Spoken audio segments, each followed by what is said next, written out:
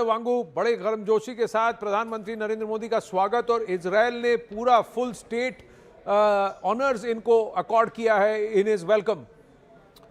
बिल्कुल, देखिए, जो हमने इससे पहले दौरा 2017 का देखा था, उस वक्त भी हमने देखा था कि कुछ इसी तरह की तस्वीर हमें देखने को मिली थी। लेकिन आज जब प्रधानमंत्री मोदी वहां पहुंचे हैं और उनका स्वागत करने के लिए खुद बेंजामिन नेतन्याहू, जो कि प्राइम मिनिस्टर हैं इसराइल के, वो उनको रिसीव करने के लिए एयरपोर्ट पर पहुंचे हैं, तो जाहिर तौर पर ये तस्वीरें रिवाइव करती हैं उन पुरानी तस्वीरों को कि किस तरह से दोनों देशों के जो संबंध हैं वो काफ़ी घनिष्ठ हैं। आपको आनंद याद दिला दें कि अगर हम ऑपरेशनल कोलैबोरेशन की बात करें तो आपको याद होगा कि जब ऑपरेशन सिंदूर चल रहा था तो इजराइल ने ऑफिशियली मदद की थी भारत की पाकिस्तान को धूल चटाने में। आपको याद होगा कि उस time barrack 8 missiles, harpy drones और स्पाइस प्रेसिजन गाइडेड बॉम्ब जो है वो इजराइल की तरफ से मदद की गई थी भारत की। बाद में बेंजामिन नेतन्याहू ने इसको एडमिट भी किया था उसी साल अगस्त के महीने में, जहां पे उन्होंने कहा कि जिस तरह का सहयोग इजराइल ने किया है भारत का, उससे ये दिखाता है कि इजरायली जो टेक्नोलॉजी है वो कितनी सटीक है। तो ऐसे में जो सहयोग है भारत और इजराइल का, ये बड़ी चुनौतियों से निपटने के लिए बहुत ज़रूरी है। और आपको ये भी बता दें कि जिस वक्त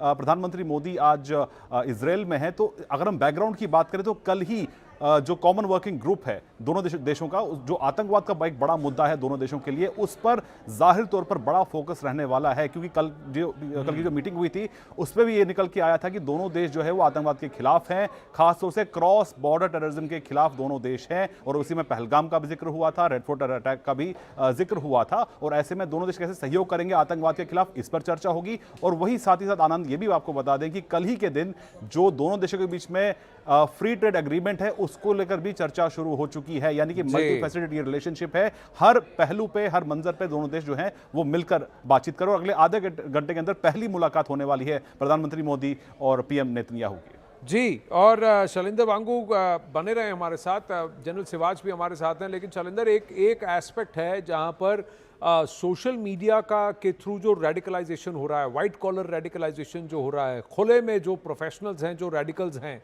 जो भारत में भी देखे जा रहे हैं और इजराइल ने भी इसको भुगता है, इस पर भी क्या काम होगा? और इसमें एआई का रोल बहुत बढ़ चढ़ कर देखा जा रहा है, तो क्या इस पर भी कोई सहमति बनेगी? और क्या इजराइल भारत के साथ भारत में जॉइंट मैन्युफैक्चरिंग के लिए तैयार हो जाएगा?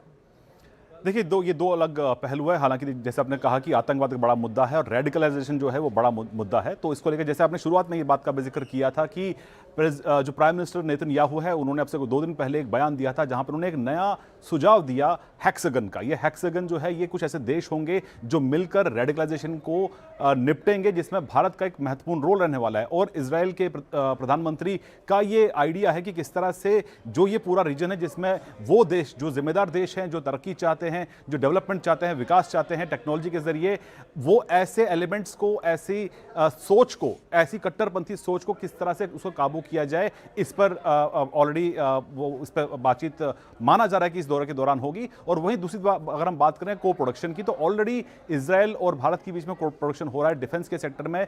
जिन मिसाइल्स का इस्तेमाल ऑपरेशन सिंदूर के दौरान हुआ था उनका को प्रोडक्शन भी भारत में हुआ था। तो जाहिर तौर पर इस सहयोग को, इस पार्टनरशिप को किस तरह से और आगे लेके जाया जाएगा, ये देखने वाली बात होगी। अगर हम कल की बात करें तो प्रधानमंत्री मोदी कल वहां पर जो होलोकॉस्ट म्यूजियम है वहां भी प्रधानमंत्री मोदी जाएंगे। लेकिन माना जा रहा है कि आज का जो एड्रेस, जो पहला एड्रेस, जो ऐतिहासिक एड्रेस प्रधानमंत्री मोदी का होने वाला है वहां के कैनेसेट यानी कि वहां की संसद में, उसमें वो क्या संदेश देते हैं। और माना जा रहा है कि आतंकवाद को लेकर एक कड़ा संदेश उस भाषण के जरिए पूरी दुनिया को दिया जाएगा। जी, जनरल सिवाच, आप क्या रक्षा संदर्भ में और उस सेक्टर में क्या बात होती है उस पर ज़्यादा ध्यान देना चाहेंगे, या फिर जियोपॉलिटिक्स पर आपकी निगाह रहेगी कि क्या ये हेक्सागन अलायंस जिसकी बात बेंजामिन नेतन्याहू कर चुके हैं, इजराइल के विदेश मंत्री भी कर चुके हैं, क्या ये हेक्सागन अलायंस एक पॉसिबिलिटी है? और वेस्ट एशिया में भारत की भूमिका धीरे धीरे बढ़ रही है और एक सुनिश्चित तरीके से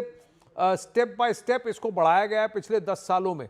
और कई ऐसे देश हैं जो इस वक्त चुप बैठे हैं, लेकिन वो चाहते हैं कि किसी तरह भारत वो गोंद बने, वो कैटलिस्ट बने जो इन सभी देशों को जोड़ ले, क्योंकि ये सब आपस में पहले इतिहास में अगर आप देखें तो एक दूसरे से लड़ चुके हैं, युद्ध कर चुके हैं।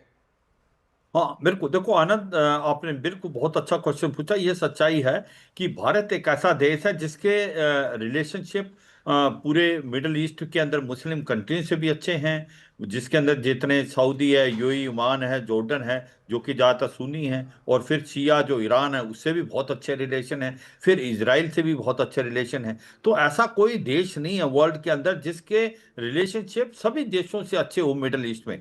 तो एक तो मैं ये कहता हूं कि भारत जो है एक शांति का फरिश्ता है, और प्राइम मिनिस्टर मोदी गए हैं कि वो ये भी मुझे लगता बात करेंगे नेतन्याहू से कि कोई भी बात का हल डायलॉग और डिप्लोमेसी से निकल सकता है। लड़ाई के बादल वहां छाए हुए हैं और भारत नहीं चाहेगा कि किसी हिसाब से वहां पर लड़ाई हो, क्योंकि अगर लड़ाई होती है तो फिर वहां पर नुकसान पूरे वर्ल्ड का होगा। स्टेट ऑफ हार्मूज को ब्लॉक कर देगा ईरान, और उससे पूरे वर्ल्ड की इकोनॉमी डिगमगाएगी, क्योंकि 20% वहां से ऑयल जाता है पूरे वर्ल्ड को, और भारत को भी इफेक्ट होगा। चाबार पोर्ट जो है वो भी हमारा इन्वॉल्व है इसके अंदर। तो मुझे लगता है कि ये बात हम बहुत, प्राइम मिनिस्टर मोदी ने बड़े अच्छी तरीके से नेतन्याहू को बताने की कोशिश करेंगे।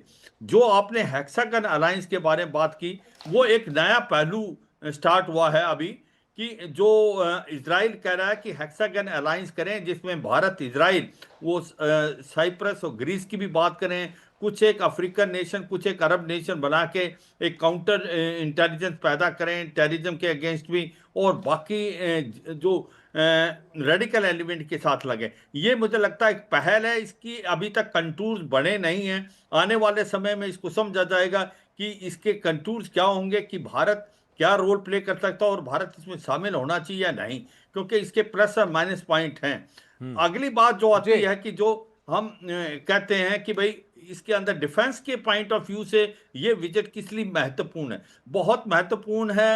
आनंद, एक चीज हमें ध्यान देनी है कि जी। वाकई जो ऑपरेशन सिंदूर था, जो multi tier air defence system का नुमायना हमने दिया है, उससे इजराइल सीख सकता है। इजराइल का जो एयर डिफेंस सिस्टम आयरन डोम है, उसको नुकसान हुआ था जब इस बार उनकी लड़ाई हुई थी जी। जो ईरान के साथ। भारत का मल्टी लेयर्ड क्या मतलब, हमारा S-400 भी था, हमारा जी। आकाश तीर भी था, 12 के 8 मिसाइल, लेकिन L-70, लेकिन ZU-20। भारत का भूभाग इतना बड़ा है और भारत के चारों ओर ऐसे दुश्मन हैं कि इजराइल जितना भूभाग है उससे करीब 10 से 15 गुना ज्यादा भारत का भूभाग है। तो इसलिए और भारत की चुनौतियां और ज्यादा हैं, लेकिन इजराइल और भारत एक दूसरे के साझा दोस्त मित्र तो बन ही सकते हैं। घनिष्ठता बढ़ती हुई दिख रही है, लेकिन एक सामरिक रूप से एक दूसरे की मदद कैसे कर सकते हैं, शायद आज प्रधानमंत्री उसका उल्लेख भी करें।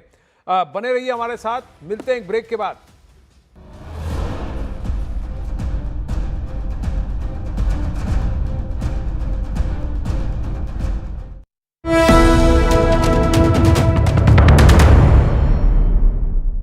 हर बढ़ते मिनट के साथ अमेरिका और ईरान के बीच टेंशन, तनाव बढ़ने लगा है। ना ईरान झुकने को तैयार और ना ही ट्रंप रुकने को। नतीजा ये कि कल भले ही दोनों देश एक बार फिर से